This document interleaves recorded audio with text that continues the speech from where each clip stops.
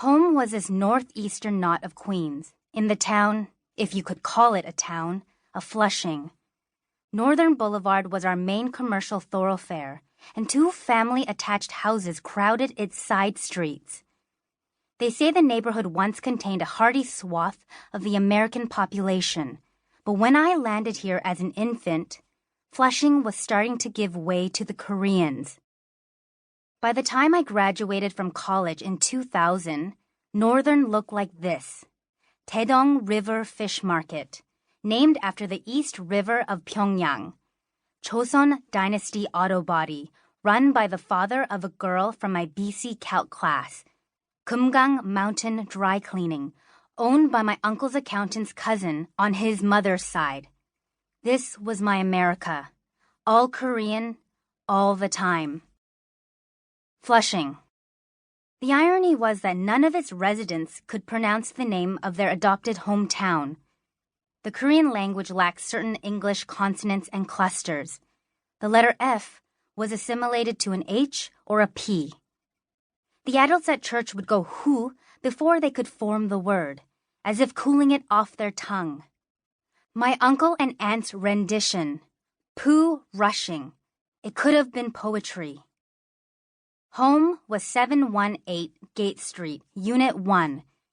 It was my Uncle Sang's house, and I lived there with his family, his wife, Hannah, and my younger cousins Mary and George. A few blocks away was his store.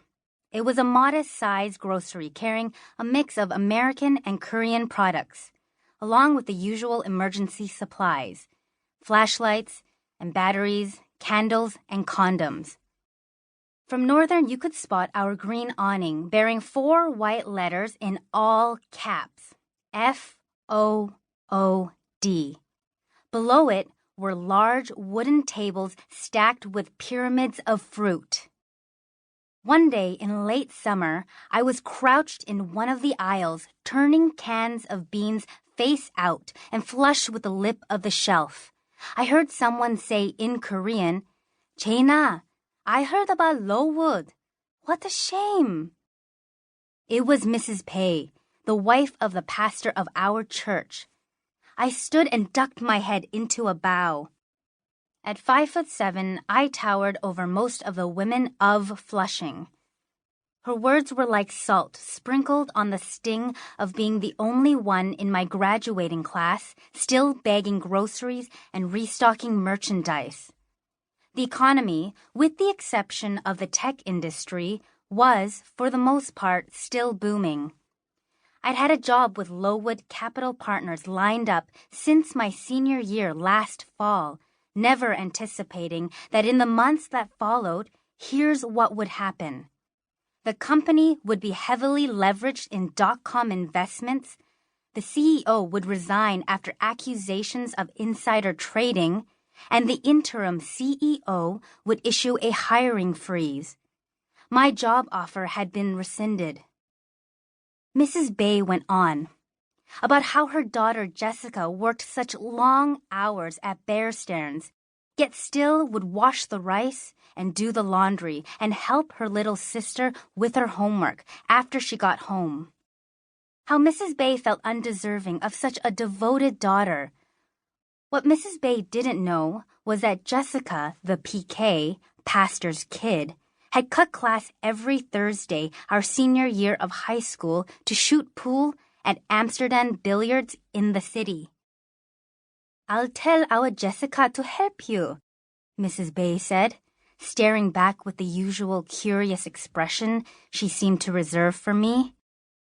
You'd think that after all these years I would have gotten used to it. I didn't. I averted my eyes, focusing on the hairline cracks running through the floor tiles. No, there's too much trouble for you." That was Sang approaching us. They had the usual exchange. No trouble at all. You and Mary's mother must be so worried. What can you do?" Before my uncle turned his head sharply, shooting me a look. I thanked Mrs. Bay. He shot me another look. That was my cue to go get her some fruit, on the house, and none of the cheap stuff. That was a power of nunchi. There's no word for it in English. Perhaps its closest literal translation is eye sense. My friend Eunice O. sometimes likened nunchi to the eye of Sauron, an all-knowing stink eye that monitored your every social misstep. Other times, she said it was like the Force, a way of bending the world to your will. But Eunice had an annoying tendency of bringing everything back to Star Wars or Star Trek, Tolkien or Philip K. Dick. For me, nunchi was less about some sci-fi power and more about common sense. It was the ability to read a situation and anticipate how you were expected to behave. It was filling your elder's water glass first, before reaching for your own. The adults at church always said that good nunchi was a result of a good family education.